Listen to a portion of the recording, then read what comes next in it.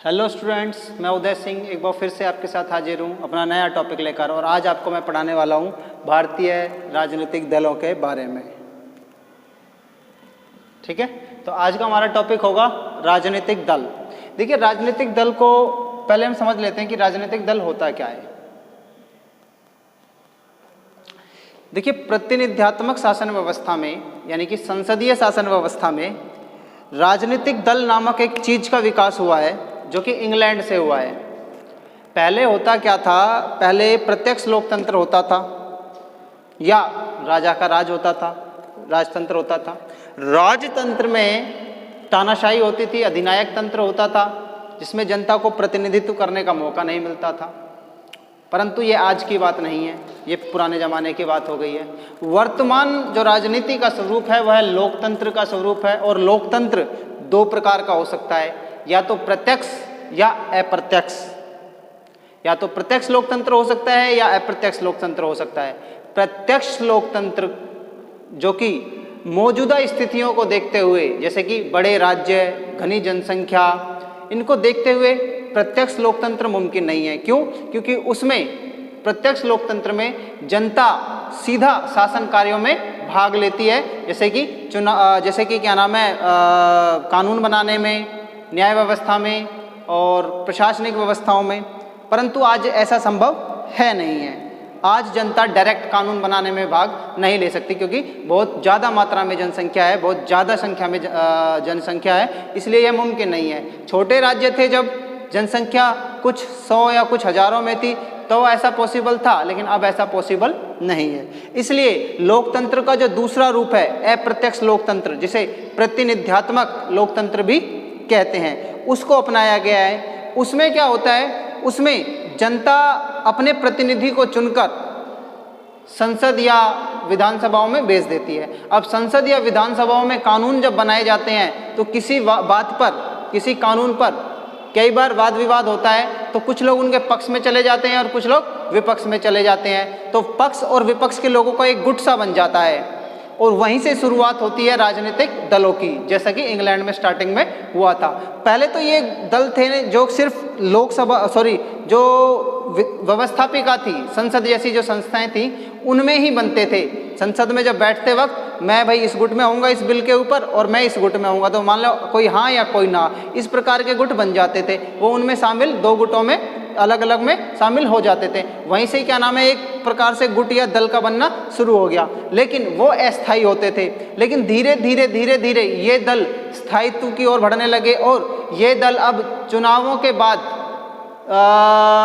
दल बनाने से बेहतर अपने आप को एक पहले ही, मतलब एक विचारधारा के आधार पर अपने आप को मॉडिफाई करने लगे चुनावों से पहले ही, और व्यवस्थापिका के बाहर भी, कि हम सिर्फ व्यवस्थापिका के अंदर, संसद के अंदर ही एक गुट में नहीं होंगे, संसद के बाहर भी एक ही गुट में होंगे, और उसे राजनीतिक दल का नाम दिया गया। तो यानी कि राजनीतिक दल एक लोगों का एक ऐसा समूह है जिनकी राजनीतिक विचारधारा सेम होती है और वो सत्ता को प्राप्त करने का उनका उद्देश्य होता है। यानी कि राजनीतिक दल उन लोगों का समूह है जो समान विचारधारा के आधार पर एकत्रित होते हैं और सत्ता की प्राप्ति उनका उद्देश्य होता है, अंतिम लक्ष्य सत्ता की प्राप्ति होता है। ये है राजनीतिक दल जिनका आगाज हुआ था इंग्लैंड से। अब हम बात करते हैं भारत में। देखिए, भारत में राजनीतिक जो व्यवस्था है उसमें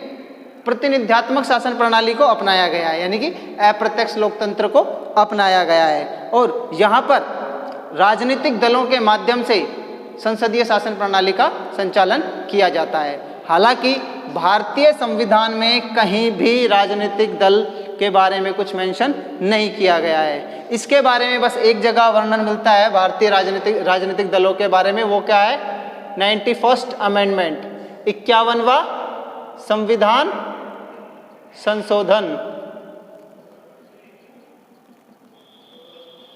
91वां संविधान संशोधन राजनीतिक दलों से संबंधित है। कि इसके अलावा और कहीं भी संविधान में राजनीतिक दलों के बारे में कोई वर्णन नहीं है। 51वें संविधान संशोधन में ये राजनीतिक दलों के बारे में ये कर दिया गया है कि अगर कोई राजनीतिक दल से एक व्यक्ति, चुना हुआ व्यक्ति, उसके टिकट पर चुना हुआ व्यक्ति एमएलए या एमपी है, वो किसी दूसरी पार्टी में जाता है तो उसकी सदस्यता रद्द कर दी जाएगी। और अगर 2/3 सदस्य एक साथ एक दल को छोड़ के दूसरे दल में शामिल होते हैं तो उसे दल बदल नहीं समझा जाएगा, बल्कि उसे दल का विलय समझा जाएगा, यानी कि एक दल दूसरे दल में विलय हो गया है। तो यहाँ पर 91वें संविधान संशोधन में बस दल का नाम आया है और कहीं भी राजनीतिक दलों का कोई नामो निशान हमारे संविधान में नहीं है। तो ये तो थी राजनीतिक दल की भूमिका और उसका अर्थ। अब बात करते हैं भारत में राजनीतिक दल कितने पुराने हैं। भारत में जो सबसे पुराना राजनीतिक दल है वह भारतीय राष्ट्रीय कांग्रेस है, जिसकी स्थापना 1885 में ए.ओ. ह्यूम और दादा भाई नौरोजी जैसे नेताओं ने की थी। ठीक है, तो भारत में जो दलीय जो व्यवस्था का जो स्वरूप है, पहली बात तो वो बहुदलीय है। देखिए, राजनीतिक दल की जो व्यवस्था होती है किसी भी देश में 3 प्रकार की हो सकती है। कौन कौन सी? 3 प्रकार की। कुछ देश ऐसे होते हैं जहां पर सिर्फ एक ही राजनीतिक दल होता है, जैसे कि चीन, जैसे कि बेल्जियम, वहां पर सिर्फ और सिर्फ एक राजनीतिक दल है, इसके अलावा किसी और राजनीतिक दल को कोई मान्यता नहीं दी जा सकती, वहां पर अस्तित्व ही नहीं हो सकता, कोई राजनीतिक दल बना ही नहीं सकता, ये देशद्रोह कहलाएगा वहां। ठीक है, कुछ देश ऐसे हैं जहां पर 2 राजनीतिक दल पाए जाते हैं, जैसे कि अमेरिका, इंग्लैंड, यहाँ पर 2 राजनीतिक दल होते हैं। हालांकि इसके अलावा भी कुछ छोटे मोटे दल होते हैं, लेकिन वो इम्पोर्टेंट नहीं होते हैं। तो जहाँ पर एक ही दल होता है उसे कहते हैं एक दलीय शासन व्यवस्था। जहाँ पर 2 दल होते हैं, अमेरिका, इंग्लैंड जैसे, वो उसे कहते हैं द्विदलीय शासन व्यवस्था। और कुछ होते हैं जहाँ पर बहुत सारे राजनीतिक दल होते हैं, जिन्हें कहते हैं बहुदलीय शासन व्यवस्था। इसके बेस्ट एग्जाम्पल हैं फ्रांस और इंडिया। फ्रांस में दुनिया में सबसे ज़्यादा राजनीतिक दल हैं, और उसके बाद भारत में बहुदलीय व्यवस्था है, जिसमें बहुत सारे दल हैं, जिसमें 8 तो राजनीतिक के राष्ट्रीय दल हैं। कौन से दल हैं? राष्ट्रीय दल हैं। 8 तो राष्ट्रीय दल हैं और क्षेत्रीय दलों की संख्या लगभग 50 के आसपास है। तो मैं आज आपको बताने वाला हूं कि राष्ट्रीय दल और क्षेत्रीय दल कैसे बनते हैं। देखिए, भारत में एक निर्वाचन आयोग है जिसका कार्य चुनावों को संपन्न कराना है। वह राजनीतिक दलों का पंजीकरण भी करता है और उन्हें मान्यता भी देता है और उन्हें दर्जा भी देता है कि यह राष्ट्रीय दल है या क्षेत्रीय दल है। उसके लिए उसने कुछ नियम बना रखे हैं। तो देखिए, राष्ट्रीय दल को मान्यता किस प्रकार मिलती है, राष्ट्रीय दल कौन सा दल कहलाएगा। देखिए, राष्ट्रीय दल वो कहलाएगा जिसने पिछले लोकसभा चुनावों में 4 राज्यों में 4 स्टेट्स 4 राज्यों में 6% वोट प्राप्त किए हों, 4 राज्यों में 6% वोट प्राप्त किए हों, या 4 MP उसके चुने गए हों, एक राज्य में या कई राज्यों में। ठीक है, तो टोटल 4 MP उसने चुने हों पिछले लोकसभा वोट चुनावों में, और 6% वोट या 6% वोट 4 राज्यों में लिया हो, यानी कि 4 राज्यों में 6% वोट लिया हो या उसके 4 MP चुने गए हों। दूसरा, 3 राज्यों में 2% उसके MP होने चाहिए, या तो फिर उसने, दूसरी शर्त क्या है, या तो ये शर्त पूरी कर दे। अगर ये शर्त पूरी नहीं हुई है तो ये वाली शर्त पे आ जाओ। दूसरी शर्त ये है कि 3 राज्यों में उसने 2% MP जीत लिए हों, MP की सीटें जीत ली हों। जैसे कि मान लीजिए राजस्थान में 25 सीटें हैं और हरियाणा में 10 हैं और यूपी में 80 हैं। तो इन तीनों राज्यों में उसने उन तीनों राज्यों की सीटों को जोड़कर उसका 2%, 25 और 10 35 और 80। ठीक है, ये हो गया आपका 115 का 2% सीटें उसने जीत ली हों 3 राज्यों में, तो उसको राष्ट्रीय स्तर का दर्जा मिल जाएगा। या तो ये वाली शर्त पूरी कर दे या ये वाली कर दे। अगर ये दोनों शर्त पूरी नहीं हुई है तो ये तीसरी शर्त हो रहा है कि 4 राज्यों में राज्य स्तरीय दल का दर्जा प्राप्त कर ले, यानी कि क्षेत्रीय दल का दर्जा प्राप्त कर ले 4 राज्यों में, जैसे कि हरियाणा में, पंजाब में, राजस्थान में और उत्तर प्रदेश में। इन 4 राज्यों में उसने राज्य स्तर का दर्जा प्राप्त कर रखा है, तो भी वह राष्ट्रीय दल कहलाएगा। अब बात करते हैं हम कि हमारे राजनीतिक दल कौन कौन से हैं राष्ट्रीय स्तर के। राष्ट्रीय स्तर के हमारे 8 राजनीतिक दल हैं, ध्यान रखना, राष्ट्रीय स्तर के हमारे 8 राजनीतिक दल हैं। पहले 7 थे, लेकिन 2019 के लोकसभा चुनावों में एक और राजनीतिक दल को मान्यता प्राप्त हो गई है एज ए राष्ट्रीय दल। ठीक है, तो पहला है भारतीय राष्ट्रीय कांग्रेस, जिसे कांग्रेस कहते हैं, सोनिया गांधी वाली कांग्रेस। ठीक है, ये 1885 में बनी थी और A.O. ह्यूम ने बनाई थी। दूसरी है भारतीय जनता पार्टी, जो 1980 में बनी थी। पहले इसे जनसंघ के नाम से जानते थे। 1952 में श्यामा प्रसाद मुखर्जी जी ने बनाई थी ये, लेकिन इसका विलय कर दिया गया था जनता दल में 1977 में। बाद में इनमें इनकी बनी नहीं उनसे, और फिर इन्होंने वाजपेयी और अडवाणी जी ने एक अलग दल बनाया 1980 में, जिसे भारतीय जनता पार्टी के नाम से जानते हैं, जिसे आज बीजेपी कहते हैं। और नरेंद्र मोदी इसी दल के प्रधानमंत्री हैं, और इसके जो अध्यक्ष हैं अभी JP नड्डा हैं। ठीक है, और यह है भारतीय साम्यवादी दल। 1922 में इसका निर्माण हुआ था, भारतीय साम्यवादी दल का, जिसे हम कहते हैं CPI, communist party of India, CPI। 1922 में बनी थी, M.N. रॉय ने बनाई थी, मानवेंद्र नाथ रॉय, बहुत फेमस नाम है। और इस समय इसके डी राजा इसके अध्यक्ष हैं। नेक्स्ट है भारतीय साम्यवादी दल मार्क्सवादी, यानी कि ये CPI है। देखिए, ये CPI है और ये CPI-M है, यानी कि भारतीय साम्यवादी दल, इसमें बस मार्क्सवादी जुड़ गया है। जनरली इसे साम्यवादी दल कहा जाता है और इसे मार्क्सवादी दल कहा जाता है। तो ये CPI है, ये CPI-M है, M यानी कि मार्क्सिस्ट। इसकी स्थापना 1964 में हुई थी। ये इसी दल में से निकला है। चाइना ने भारत के ऊपर आक्रमण कर दिया था 1962 में। उस आक्रमण को लेकर आपस में विवाद हो गया था इस दल के नेताओं में, और कुछ दल ये कहते थे कि चाइना ने सही करा अटैक करके, कुछ लोग कहते थे ये देशद्रोह, ये चाइना, ये एक युद्ध है, ये गलत बात है चाइना की, और कुछ लोग कहते थे चाइना ने अच्छा किया, चाइना साम्यवाद का प्रसार कर रहा है। ठीक है, तो इस बात को लेकर विवाद हो गए थे, और हरकिशन सिंह सुरजीत ने एक नए दल की स्थापना करी 1964 में, जिसको भारतीय साम्यवादी दल मार्क्सिस्ट कहते हैं, और इस समय इसके अध्यक्ष सीताराम येचुरी हैं। नेक्स्ट है राष्ट्रवादी कांग्रेस पार्टी, जिसे NCP कहते हैं, नेशनलिस्ट कांग्रेस पार्टी, NCP। इसकी स्थापना 1999 में शरद पवार, P.A. संगमा और तारिक अनवर जैसे नेताओं ने की थी। सोनिया गांधी, ये कांग्रेस से निकले थे। सोनिया गांधी के भारतीय मूल के न होने के कारण, विदेशी होने के आधार पर ये उनसे खफा हो गए थे और उन्होंने कांग्रेस को छोड़ दिया था और एक नए दल की स्थापना करी, राष्ट्रवादी कांग्रेस पार्टी की स्थापना करी थी, और ये 3 नेता उसमें मेन थे। Next, Bahujan Samaj party. इसकी स्थापना 1984 में कांसीराम जी ने की थी। इसकी स्थापना कांसीराम जी ने की थी, और इस समय मायावती इसकी अध्यक्ष हैं। नेक्स्ट है all India Trinamool Congress, AITMC, इसको कहते हैं AITMC, all India Trinamool Congress. इसकी स्थापना तो हुई थी 1997 में, ममता बनर्जी ने की थी, लेकिन 2016 में इसे राष्ट्रीय दल का दर्जा प्राप्त हुआ। National people's party, NPP, national people's party 2013 में बनी। P.A. संगमा ने ये पार्टी बनाई, अभी इसका बेटा इसका अध्यक्ष है।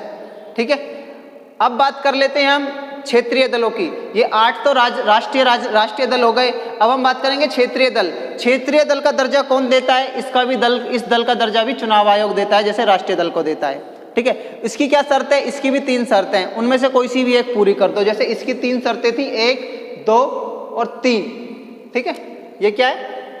1 शर्त, 2 शर्त और ये तीसरी शर्त। इन तीनों में से कोई भी एक शर्त पूरी कर दोगे तो राष्ट्रीय दल का दर्जा मिल जाएगा। ऐसे ही इसकी भी 1, 2 और 3 शर्तें, उनमें से कोई सी भी एक पूरी कर दो, आपको राज्य स्तर का दर्जा मिल जाएगा। देखिए, आपने किसी राज्य की विधानसभा में 6% वोट प्राप्त कर लिए हो, पिछला जो भी विधानसभा चुनाव हुआ है, जैसे राज्य का, राजस्थान का होता है, हरियाणा का होता है, विधानसभा का जो चुनाव होता है उसमें आप 6% वोट प्राप्त कर लो, या कुल 2 MLA 6% वोट प्लस 2 MLA आपके जीते हों। एक तो आपने 6% वोट लिया हो, जितने भी वोट पड़े हों पिछले चुनावों में, लोकसभा विधानसभा चुनावों में, उसमें 6% वोट ले लिए हों और 2 आपके एमएलए भी जीत गए हों, तब आपको क्या दर्जा मिल जाएगा? राज्य स्तर का दर्जा मिल जाएगा। ठीक है, अगर ये नहीं हो पाता है तो दूसरा देखो, पिछले विधानसभा चुनाव में यदि आपको 6% वोट मिले हैं और साथ में आपने एक एमपी भी जिता दिया है, एमपी यानी कि सांसद, यहाँ विधानसभा एमएलए मतलब विधानसभा सदस्य, एमपी मतलब मेंबर ऑफ पार्लियामेंट, संसद का सदस्य, यानी कि 6% वोट मिले या एक एमपी, यहाँ 2 एमएलए और यहाँ एक एमपी।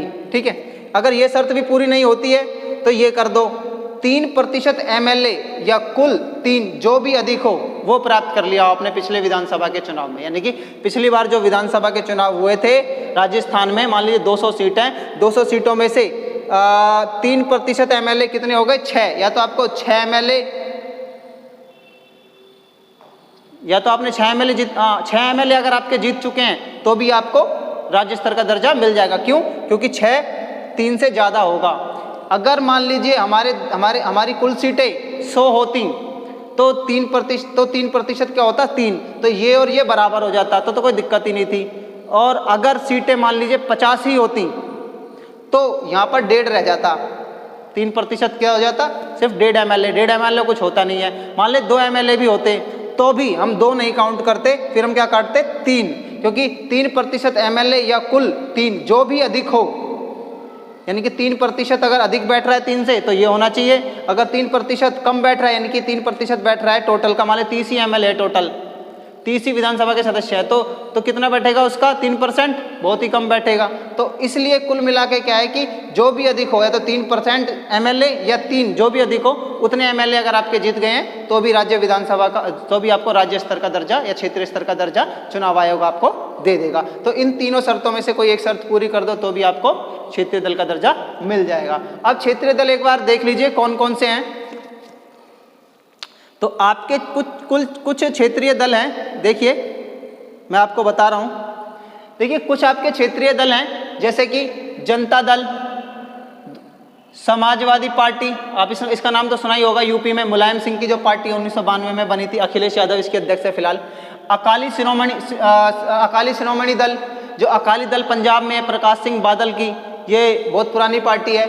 राष्ट्रीय जनता दल आरजेडी, लालू यादव की आपको पता ही होगी, जिसकी लालटेन, जिसकी वो है क्या नाम है, चुनाव चिन्ह, अभी फिलहाल लालू प्रसाद यादव का बेटा इसको संभाल रहा है, तेजस्वी यादव।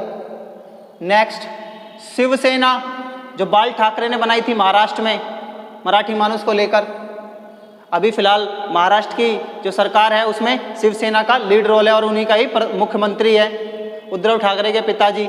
ठीक है। नेक्स्ट द्रविड़ मुनेत्र कड़गम, देखिए डीएमके कहते हैं इसे, डीएमके, द्रविड़ मुनेत्र कड़गम, 1949 में बनी थी, सीएम अन्नादुरई ने बनाई थी ये। ठीक है।